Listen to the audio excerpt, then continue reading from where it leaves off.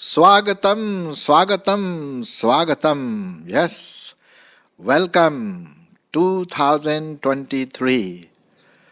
2023 में आप सबों का स्वागत है। और आज एक नई सुबह है, नई प्रतिज्ञाओं के साथ आज मैं फिर से आपके सामने आया हूं और परमेश्वर के वचन के आधार पर कुछ चीज़ें आपके सामने रखना मांगता हूं। अब आप तो भूल गए होंगे 2022, जैसा हमने कल कहा था। अब आइए पिछले की बातों को भूल करके हम 2023 में आगे बढ़ें। जैसा पौलुस कहता है अपने पत्रियों में कि मैं पीछे की बातों को भूल करके यीशु की ओर ताकते हुए आगे बढ़ा चाहता हूँ।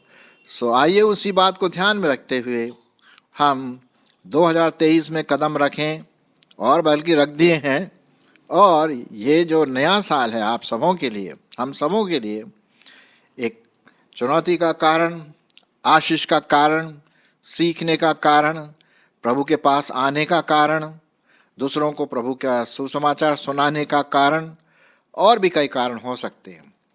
सो शुरुआत में ही मैं आपको कुछ परमेश्वर के वचन के द्वारा आपको थोड़ा प्रभावित करना मांगता हूं कि आप परमेश्वर का वचन सुने और इन बातों को ध्यान में रखते हुए आप प्रभु यीशु मसीह में बढ़ सकें।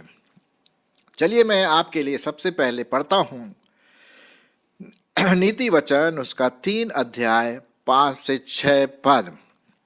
इसमें आपको इस 2023 में इस बात का ध्यान रखना है कि मैं पूरे विश्वास के साथ, जी हाँ, पूरे विश्वास के साथ, पूरे ट्रस्ट के साथ 2023 अपने जीवन में बिताऊंगी। चलिए मैं आपके लिए पढ़ देता हूं, फिर हम आगे बढ़ेंगे। नीति वचन और उसका 3 अध्याय 5 से 6 पद। नीति वचन उसका 3 अध्याय 5 से 6 पद। 2023 में आप इन बातों का ध्यान रखें, मैं भी इन बातों का ध्यान रखने की कोशिश करूंगा। हम सब जो विश्वासी हैं उन लोगों की ये नया साल बहुत बहुत उत्तम है और खुशी का नया साल हम सबों के लिए होगा, जहाँ तक परमेश्वर का दृष्टिकोण है। सो आइए मैं पढ़ लेता हूँ आपके सामने नीति वचन 3, 5 और 6। तू अपनी समझ का सहारा न लेना, वरन संपूर्ण मन से यहोवा पर भरोसा रखना, उसी को स्मरण करके सब काम करना, तब वह तेरे लिए सीधा मार्ग निकालेगा। अपनी दृष्टि में बुद्धिमान न होना, इस 7वां पद में पढ़ रहा हूँ। अपनी दृष्टि में बुद्धिमान न होना, यहोवा का भय मानना और बुराई से अलग रहना। ऐसा करने से तेरा शरीर भला चंगा और तेरी हड्डियाँ हिष्ट पुष्ट रहेंगी। ये परमेश्वर का प्रॉमिस है इस नई सुबह में, इस नए महीने में, इस नए साल में, 1 जनवरी 2023। आप इसको बड़े ध्यान से और बाद में भी इस पर आप मंथन मनन ज़रूर करिए कि ये जो परमेश्वर ने आपको दिया है नया दिन, नया महीना, नया साल, ऐसा ही गुजरे कि हम सब, पहली बात जैसा मैंने पढ़ा आपके सामने 5वें पद में, हमें अपनी समझ का सहारा नहीं लेना। हमें समझ तो इस्तेमाल करना है, लेकिन वो समझ परमेश्वर के वचन पर आधारित हो। यस, परमेश्वर के वचन पे आधारित हो करके संपूर्ण मन से उस पर भरोसा रखना, यहोवा परमेश्वर पर भरोसा रखना। और ये बहुत सही बात है कि जब हम अपने समझ का सहारा लेते हैं तो कई प्रकार की मुश्किलातों का सामना करना पड़ता है। मैंने अपने जीवन में कई बार इस प्रकार का मिस्टेक किया और बाद में इसको मैंने समझा, और आशा है कि आप भी इस बात को समझ पाएंगे। तो हम देखते हैं कि इस नए साल में अपनी समझ का सहारा ना लेना, पूरे मन से, पूरे दिल से यहोवा पर भरोसा रखना, और जो भी काम आप करेंगे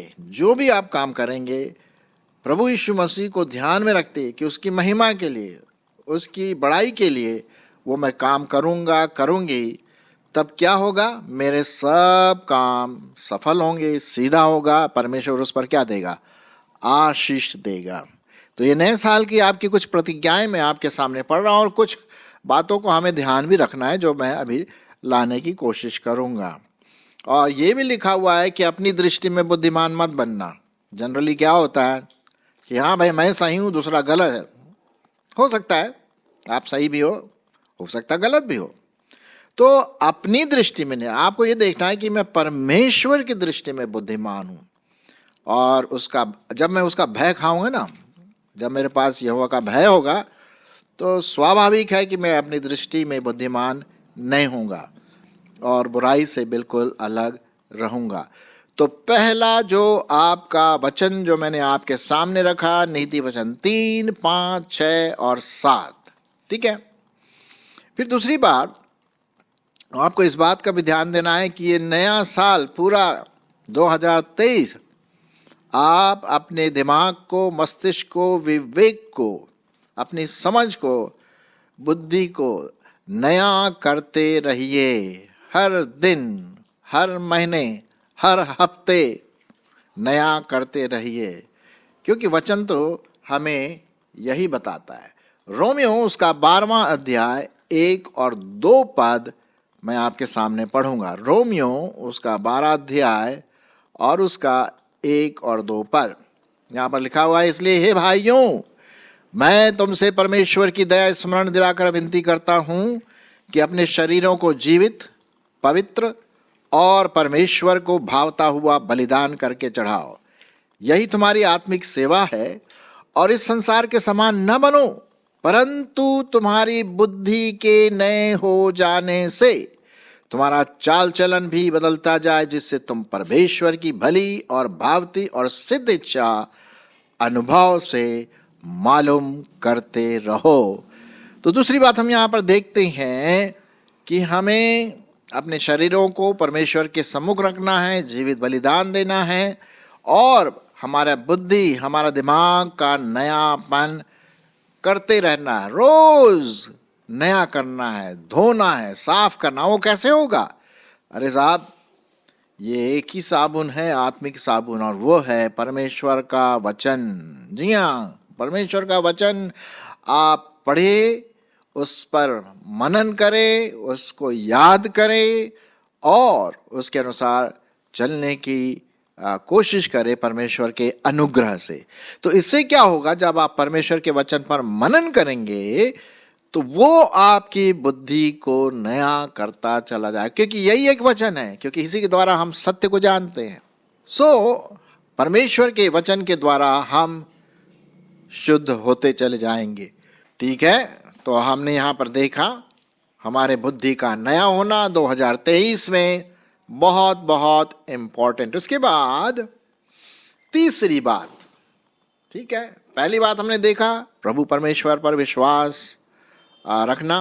दूसरी बात हमारे बुद्धि का नया होना, ये जो 2023 में है ना, हर दिन, हर हफ्ते, हर महीने और पूरे साल भर। तीसरी बात, जो भी हम काम करें हम परमेश्वर के टाइम के लिए वेट करें।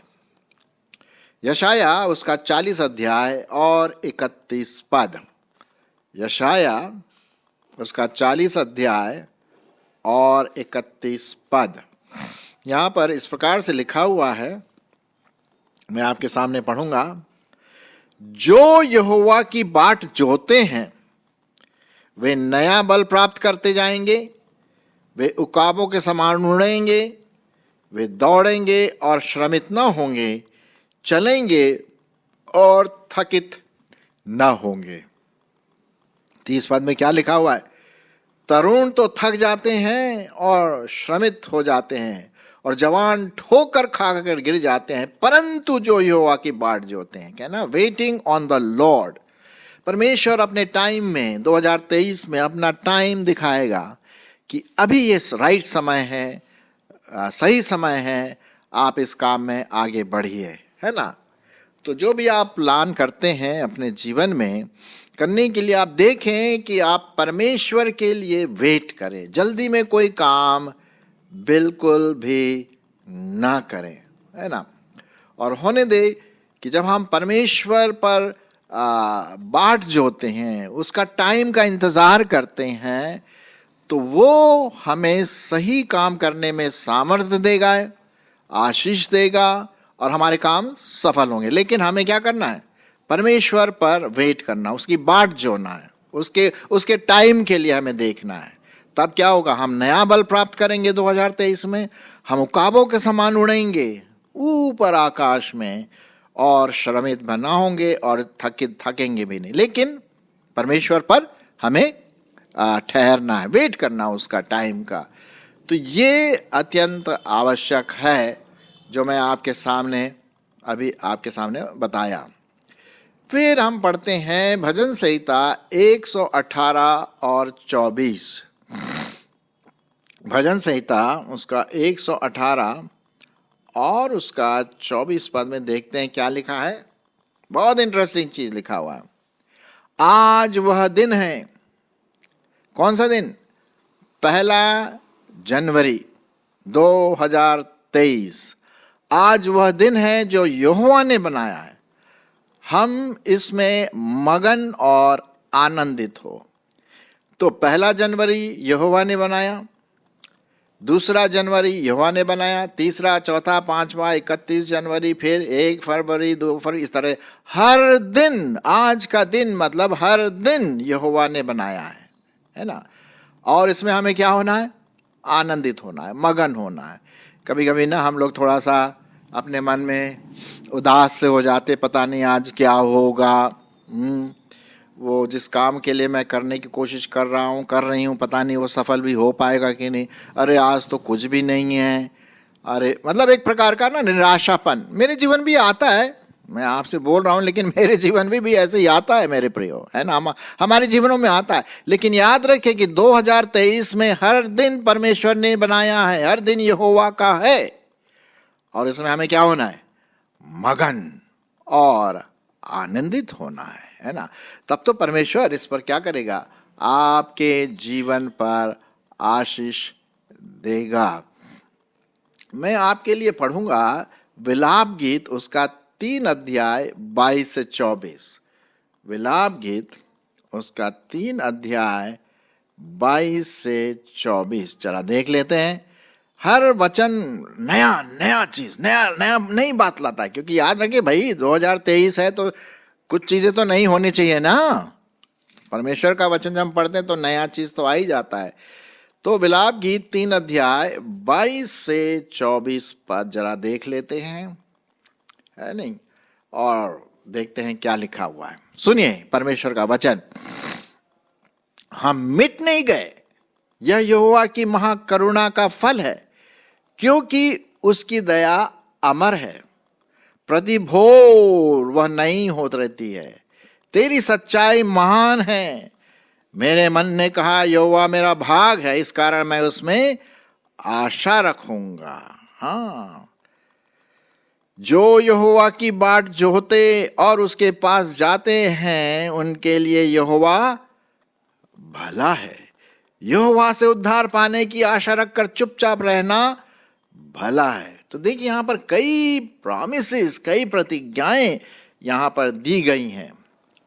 तो लिखा हुआ है कि हर भोर, नया भोर, नई सुबह, नया दिन, नया शाम, नई रात, हर दिन में हम परमेश्वर के साथ हैं। हम मिट नहीं गए। ये यहोवा की महाकरुणा है, उसका धन्यवाद हो, हालेलुया हो, आमीन हो, प्रेज द लॉर्ड हो। जी हाँ, हम मिट नहीं गए। ये उसकी महाकरुणा का फल है, उसकी दया अमर है। वो हर दिन, हर भोर, हर सुबह नई होती जाती है। 2023 में आपको ये बात ध्यान में रखना है मेरे प्रियो, ठीक है। तो इस बात का आप ध्यान दीजिए। उसके बाद हम देखते हैं फिलिपियों उसका 4 अध्याय 13 पद। फिलिपियों की पत्री, वापस हम नए नियम में आ जाएंगे। फिलिपियों उसका 4 अध्याय और उसका 13वां पद। 2023 में आपको ये प्रॉमिस याद रखना है आज 1 जनवरी को और पूरे 31 दिसंबर 2023 तक याद रखना है। क्या याद रखना है? फिलिपियों 4:13। सुनिए, जो मुझे सामर्थ्य देता है उसमें मैं सब कुछ कर सकता हूं। जो मुझे सामर्थ्य देता है, अनुग्रह देता है, मेरी सहायता करता है, उसमें मैं सब कुछ कर सकता हूं। वो कौन है? प्रभु यीशु मसीह। जी हाँ, प्रभु यीशु मसीह हमें क्या देता है? सामर्थ्य देता है हमारे कार्यों को करने के लिए, हमारे मसीह जीवन जीने के लिए, दूसरों की सहायता करने के लिए, चर्च में सहायता करने के लिए, परिवार में। जो मुझे सामर्थ्य देता है उसमें मैं सब कुछ कर सकता हूं। आज रोज प्रार्थना कीजिए, आज से, प्रभु तू आज मुझे सामर्थ्य दे, प्रभु तू आज मुझे सामर्थ्य दे, आज मुझे सामर्थ्य दे। हर दिन अगर ये प्रार्थना करें कि प्रभु तू मुझे सामर्थ्य दे ये काम करने के लिए, यहाँ जाने के लिए, वो काम सफल होने के लिए, तो उसमें मैं सब कुछ कर सकता हूं। पूरे विश्वास के साथ प्रार्थना करना है आपको, है कि नहीं? तो ये बहुत जरूरी। फिर आखिर में हम देखते हैं कि वही बुद्धि का नया हो जाना, जिसके बारे में मैंने आपके सामने ये बात रखी ना, दूसरा पॉइंट था कि हमारे बुद्धि का नया हो जाना है। तो वो कैसे होना है ये मैं आपको जरा बता देता हूं कि फिलिपियों उसका 4 और 8 क्या लिखा हुआ है? 2023 में 1 जनवरी से लेकर के 31 दिसंबर तक 2023 में आपको और मुझको, हम सबों को जो विश्वासी हैं, ये बात सोचना है। क्या सोचना है? सुनिए परमेश्वर का वचन, फिलिपियों 4:8। इसलिए हे भाइयों, भाइयों का मतलब बहनों भी हैं, है? ये सब है।